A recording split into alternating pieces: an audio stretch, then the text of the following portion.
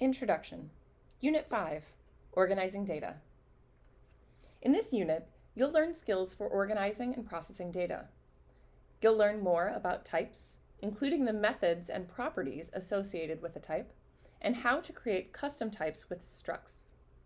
You'll also learn how to order data in arrays and how to process arrays using loops. You'll apply your knowledge by creating old-school pixel art and animations, extending the data visualizer you built earlier, and creating an algorithm to determine password security. And you'll build an interactive bouncy ball app with colorful shapes.